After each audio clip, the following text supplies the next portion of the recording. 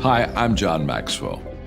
When the top companies in the world are looking for trainers, speakers, and coaches, there's one name that stands above the rest, and that's Maxwell Leadership. Our certified team members have gotten proven results for companies all over the globe, and our reputation, I'm proud to say, is second to none. Some of our members have risen to the top of their profession, including the one you're going to meet today. I proudly introduce you to my friend Bob Fabian Zinka. Welcome to the Leadership and Success Podcast with your host, Coach BZ.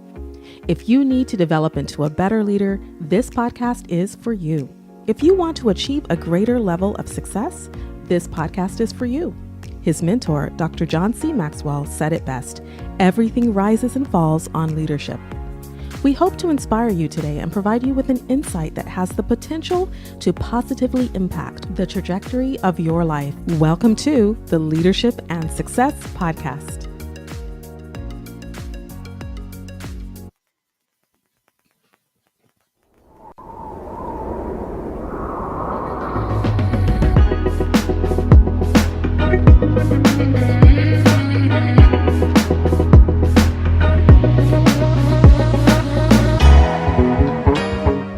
Welcome back to another episode of the Leadership and Success Podcast with Coach BZ.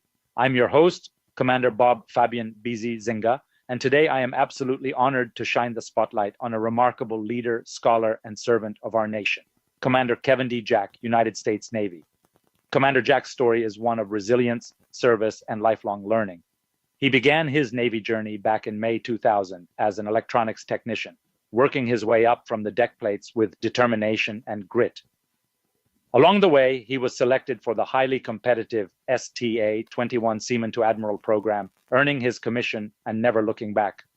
Since then, Kevin has led at every level, managing IT departments of more than 120 personnel, revitalizing entire shipboard networks on a U.S. Navy aircraft carrier, and serving as an IT services consultant across Europe with the Defense Information Systems Agency. Today, he serves at the Joint Cyberspace Operations Center under U.S. Space Command, where he is helping shape the future of cyber defense in the space domain. But Kevin's story doesn't stop at operations.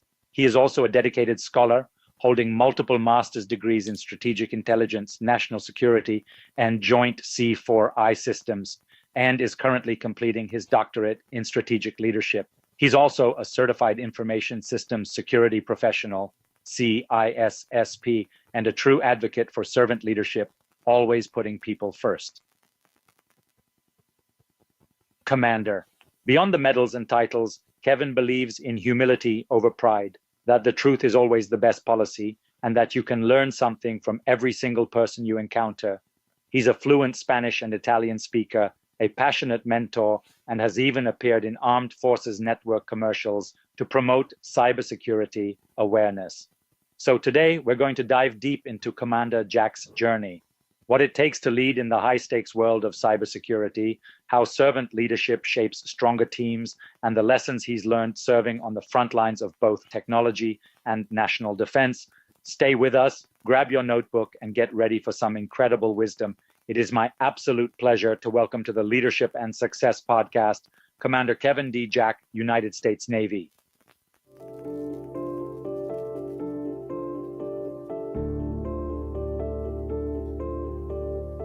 October is National Cybersecurity Awareness Month, and with technology impacting every aspect of our lives, from homes and cars to economic well-being, and especially our nation's security, it's important to continue raising awareness of cybersecurity across our nation. We must ensure that we have all the resources needed to be safer and more secure online. Individuals and organizations are empowered to own your role in protecting cyberspace.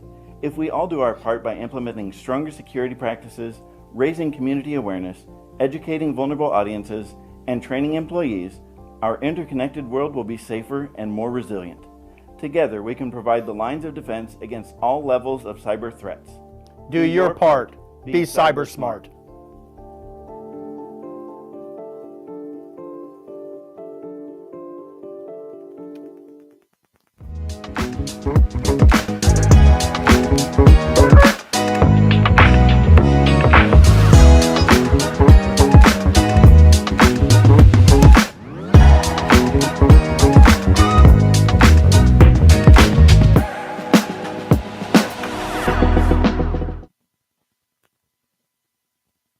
One of your core values is humility over pride. Can you share a story where humility helped you navigate a tough leadership challenge? Okay, so kind of looking back on that same tour while I was on the MRS land, that's a submarine tender. I was the division officer, and one of the times when I was in my shop with my team of people, a senior officer came in my shop and started yelling at me because of something that had happened. And if I were prideful, I probably would have swore at him and told him to get out of my shop and told him some really rude things. Yes. But as a more humble person, I simply listened to what he had to say. It was really unprofessional. That's not the right thing to do. If you need to correct something, that should be behind closed doors, not in front of everyone else, first of all. But anyway, the humility part is that I just quietly listened and let him have his anger fit, and then he walked out. And later on, I addressed it with him in person. But the guys in my shop could see that I had the humility and that I wasn't going to take things personally and explode like other people do. And they saw that they could trust me, that they could bring problems to me, and that I would take it calmly and quietly and figure out how to make it better, rather than just getting upset and exploding in a fit of anger like this guy was doing to me in front of them. So I made 05 in the 2022 promotion cycle. So I actually pinned on in December of 2020. That is pretty cool. I think mine was April 21. Now, for those who don't realize this, now in the military, rank is extremely important. Like in the Navy, if you're an 04 lieutenant commander, you are still a junior officer. Now, some people say field grade officer, but no, really, you are junior. But when you make 05 and above, you become a senior officer. They say less than 4% of people who join the Navy achieve that rank and higher. So it's really a huge achievement. How did you feel when you finally became a senior officer in the most powerful Navy in the world? And what, again, kept you kind of grounded and not feel like you were God or superhuman or something like that? Well, I know that, like you mentioned, rank is really important in the military. And when you're in a meeting with a bunch of people and everyone is 05 except for you, you're the 04, you kind of ignored. They don't really put a lot, of value in what you say just because you're kind of the low guy. So I know, and you know this as well, Bob, but when you get selected, it's usually a lot of time before you actually put on the new rank. So they put me in a position of even more responsibility, knowing that I was selected for it, but I was still wearing the rank of the previous pay grade. And so a lot of times I was the guy who was getting ignored. But then when I finally put it on, then I was already in the job and already carrying out the role, and people actually paid attention and were more willing to listen. So that was it was nice. All right, everyone, thank you for being with me today. Today is Wednesday, right? September the 10th. Tomorrow is going to be September the 11th. That's a very special day for me and really for our nation, 9/11. We are going to commemorate that tomorrow.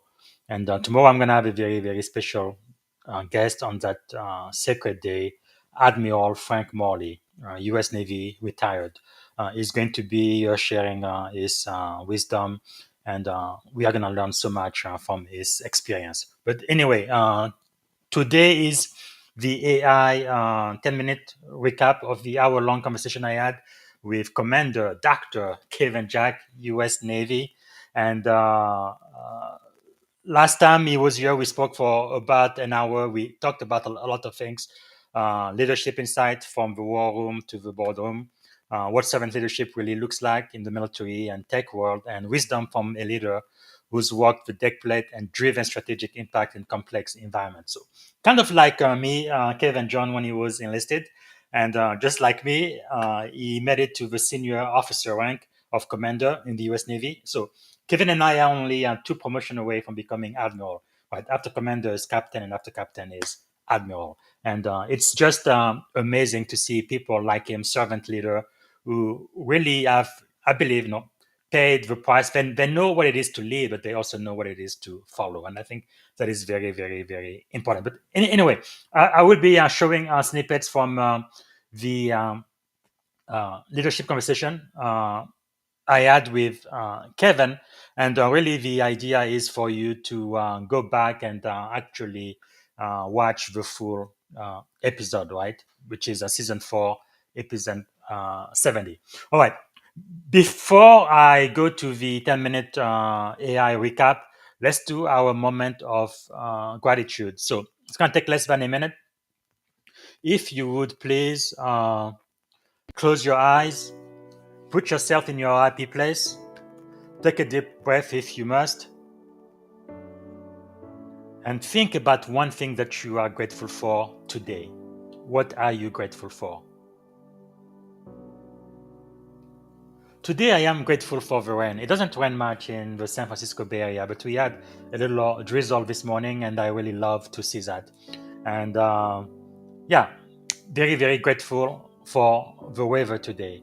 So what a special day today has been. Okay, without any further ado, let me go ahead and play the 10-minute podcast. And if you do have a question for me, please type it in the comment, and I will be back in about 10 minutes or so. And also let us know where you are joining us from, what city, state, if outside of the US, what country. Type in the comment that one thing you are grateful for today. And also tag someone or repost what you're watching now in your feed so that we might reach out more people. And thanks again for being with us today. Now let's go to the 10-minute AI recap. Welcome, everyone. Today we're diving deep into a story of resilience and leadership, the journey of Kevin Jack. It's a journey that really underscores how failures can be the stepping stones to success. Yeah, it's amazing. I mean, from dropping out of high school to commanding in the Navy and even earning a PhD in strategic leadership, that's really inspiring. Absolutely. Kevin's life is like, well, it's a roadmap for anyone who's faced setbacks. He literally said, "Don't be afraid to fail." It's such a powerful reminder that each failure can redirect us towards something bigger. Yep, exactly. And what really struck me was that moment he shared about dropping out of high school. It's not every day you hear such honesty from, someone who reached such high levels of achievement in the Navy. Right. Imagine starting off with that and then having the determination to go back, finish those credits, enlist in the Navy, and, like he said, setups for comebacks. It really changes the perspective on failure, don't you think? Definitely. It makes you, rethink what failure really means. It's less about an endpoint and more about a redirection, like he so eloquently puts it. Yeah, exactly. And then there's his time as a sailor, earning Junior Sailor of the Year in a squadron of nearly 1,000. That's no small feat. It's like he was recognized immediately for his potential even at those True. early stages. And that milestone really set the stage for his selection into the STA 21 Seaman to Admiral program, which is a huge leap. But if we're talking about challenges, there was also the time he mentioned failing out of nuclear power school. That could have really ended his career. Right. It might have been a career ender for some people, but his ability to pivot from that setback is a testament to his resilience. It's almost like every challenge is a hidden opportunity if you're willing to see it that way. Yes, indeed. I love that idea. Speaking of pivoting, his approach to servant leadership is another key point. Like when he rolled up his sleeves for a freshwater washdown alongside his sailors. That really illustrates his philosophy of showing, not just telling. Exactly. That was like a practical demonstration of servant leadership. It goes to show that leadership isn't just about giving orders, it's about getting your hands dirty and earning the trust of your team. Absolutely. You know, one interesting moment I recall was when he dealt calmly with a senior officer berating him in front of others. Instead of reacting with pride, he listened and then addressed it privately. That's a powerful lesson in humility. Yeah, and that's something not everyone can manage. It takes like a humble spirit to let those moments roll off and then reassess how to move forward without burning bridges. Not every leader can do that, and it really gives him credibility. Although I have to say, I wonder if sometimes being too passive in those moments could undermine assertiveness in leadership. What do you think? That's a good point. But I think in Kevin's context, he turned that challenge into a teaching moment.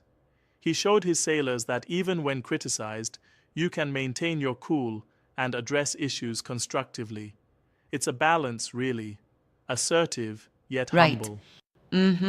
That balance is crucial. Now, switching gears a bit, his impact in cybersecurity leadership is something else entirely. Managing IT teams of over 100 personnel and revamping networks aboard aircraft carriers is a whole different ballgame. Absolutely. And now, his current work at the US Space Command taking cybersecurity to space is just out of this world. Literally, it's like, ensuring spacecraft aren't vulnerable to, modern cyber threats on top of everything Wow, else. yeah. And he makes a great point about communication in cyber defense. Storytelling using real life examples. It's an effective way to make risks tangible for teams that might otherwise see security as just technical jargon. Exactly. It reminds me of that analogy. It's like building a medieval castle with, drawbridges. You need to explain why keeping those bridges down at the right time actually keeps the kingdom safe. Yeah, totally. That's a brilliant analogy. And then there's his focus on continuous learning. Despite his early setbacks, he's always evolving, learning new technologies and leadership strategies. It's just incredibly motivating. Yes. He really underscores the idea that if you learn the basics well, you can adapt to anything new. It's like saying, stay curious and keep evolving. And that's a powerful mantra for any leader. Totally. And then there's the whole idea of mentorship, training up your team so that you're not the single point of failure. That, to me, is gold in any industry. Right on. Always be training up the people that are working for you. That's his mantra for multiplying leadership. It's like planting seeds for a forest of capable leaders who can carry the torch when you're not around. Yeah, absolutely. And let's not overlook family as a foundation. Kevin credits much of his success to his family, which reminds us that leadership at its core is also personal and driven by the values we cherish. Definitely. His quote about working hard because he saw the struggle in a third world country really brings it home. Family isn't just an add-on in leadership. It's the anchor that keeps you grounded when everything else is in flux. You know, one of the most resonant bits is his final advice. Don't be afraid to fail. It's such a simple, honest statement that speaks to so many of us. Yeah, it's like a reality check. Failure happens to everyone, but what you do with it matters. Whether you're a junior officer or an aspiring tech leader, turning those failures into lessons is what truly defines success. Absolutely. And that's a coaching prompt in itself. Think about a personal failure. How can you reframe that experience into a redirection? It really makes you introspect, doesn't it? It does indeed. And then there's the call to action about mentoring. Asking yourself who on your team could step into your role tomorrow and how you're preparing them today. That's such a forward-thinking leadership model. Yep, it's a wake-up call for many leaders who might hold on to knowledge too tightly instead of building a culture of shared growth and resilience. Exactly. And that strategic approach, pairing personal development with team growth, is further reinforced by his views on humility over pride. Even in the face of anger or criticism, staying calm and reaching out privately, these actions build credibility that lasts. And it's an approach that's applicable not only in the military, but like everywhere, from boardrooms to startup environments. Right. And it's also um, interesting how his journey also speaks to the fusion of technology and leadership. With cybersecurity evolving and leadership needing to be agile, his philosophy of continuous learning really stands out. Indeed. I like how he ties it all together with faith and a sense of purpose. It's not just about technical skills or leadership techniques, it's about who you are at the core. Yeah, his grounding in faith and the importance of regional values really fuels his resilience. That, together with a commitment to continuous learning, creates a model for leadership that stands the test of time. Exactly. And all these elements failure, resilience, service, humility, cyber leadership, mentorship, and family they blend perfectly in his narrative to deliver one unified message never fear failure and always lead by example. Right? And I think one of the most inspiring coaching prompts he leaves us with is to look at our personal setbacks and see them as setups for comebacks. It's like each failure is just a detour on the path to greater success. Yep, it's a powerful perspective, and honestly, it challenges us to reframe our own experiences. But, I wonder if this kind of resilience narrative might sometimes downplay the hardships people continue to face in their day-to-day lives. What do you think? That's a valid point. While his story is undeniably inspirational, it may seem a bit idealistic for those whose circumstances are far more challenging. I think the key is in taking the actionable lessons, humility, continuous growth, mentoring, and adapting them to our personal situations. It's about realism blended with I've got to optimism. agree. Exactly. And that's where his approach to servant leadership really provides balance. His method of engaging directly with his team, working side by side, shows that leadership is never about detachment or ego. It's grounded in genuine connection. Right, it's hands-on leadership at its best.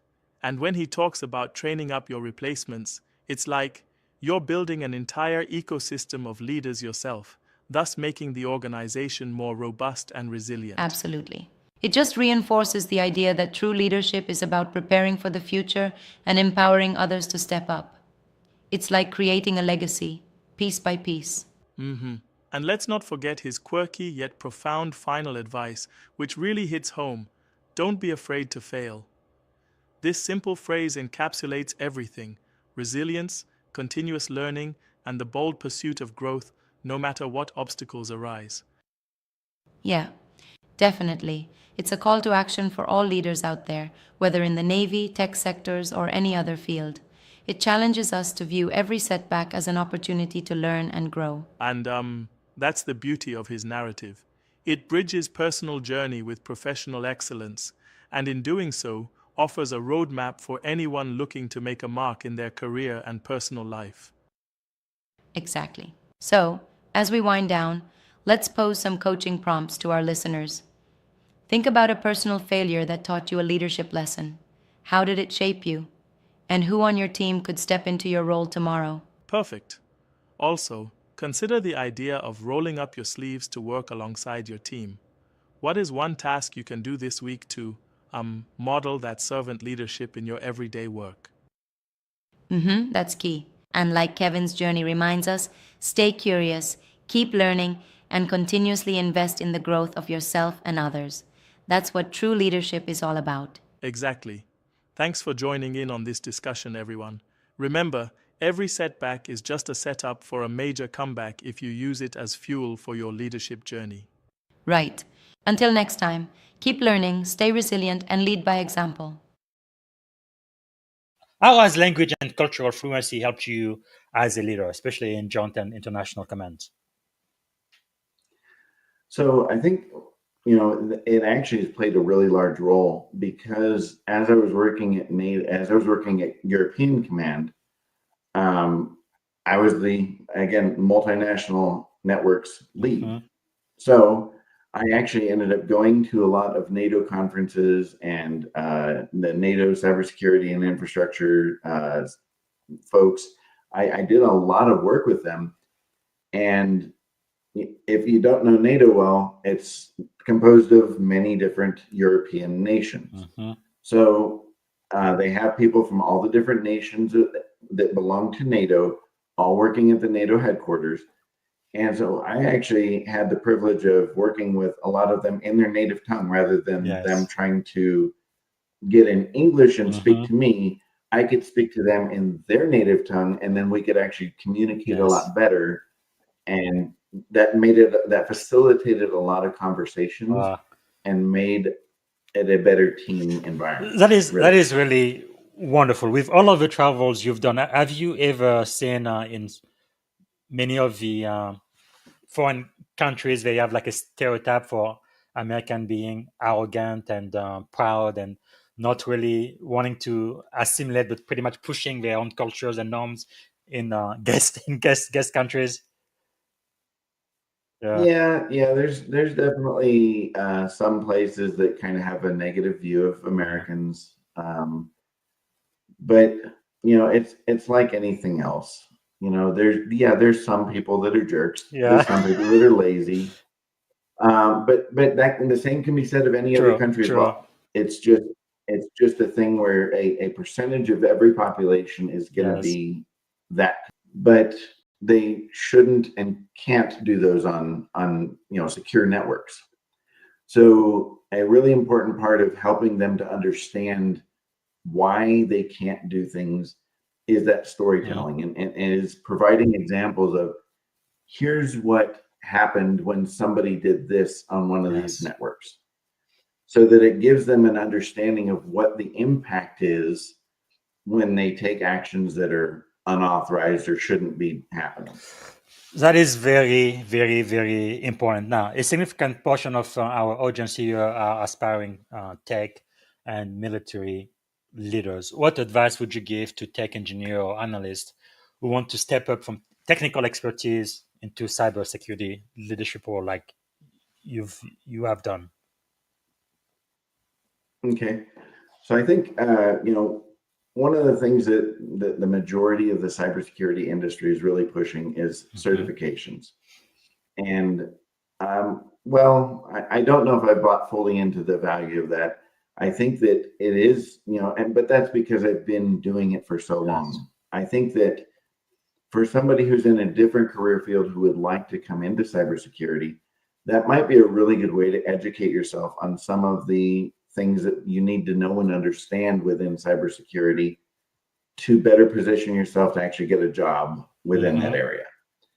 So I think that there is value in those, Security Plus and understanding, some of the cloud certifications that are being offered as well, that will help you just get some background and will help you better prepare yourself mentally to take on a role in that area. Politically challenging, I guess.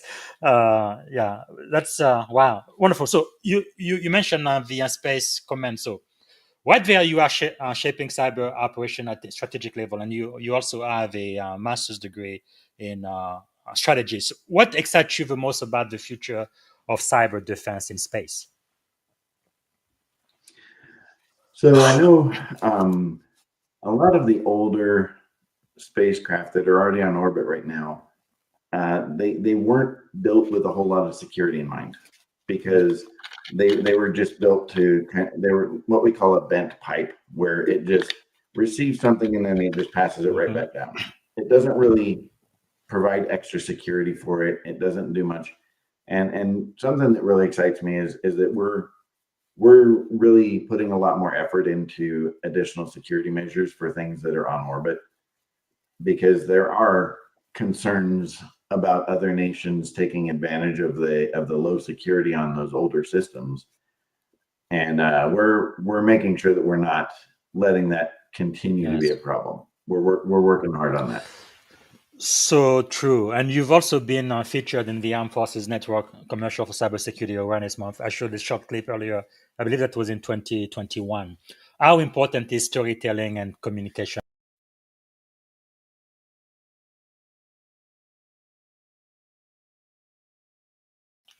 All right, that's it for today. I don't see any question on LinkedIn or YouTube, so I will be back here tomorrow. I believe it's going to be, let me triple check. The time tomorrow will be, 11 a.m. California time. So 2 p.m. Eastern time tomorrow, 9/11.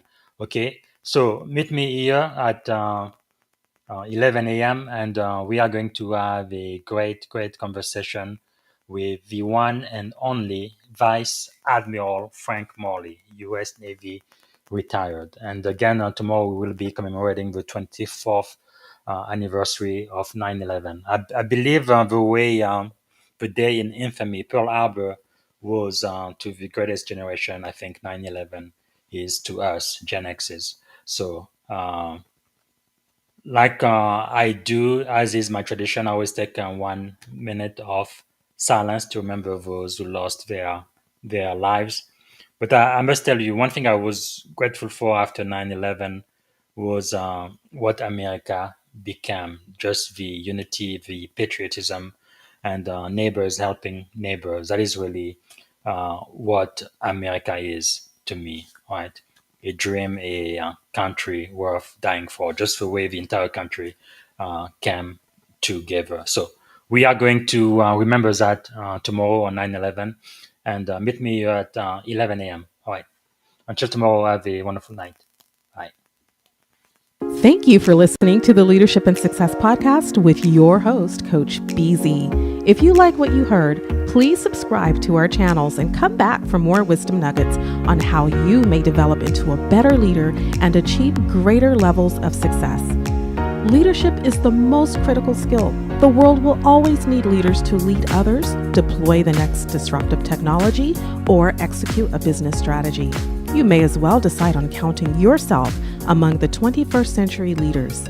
See you right here next time on the Leadership and Success Podcast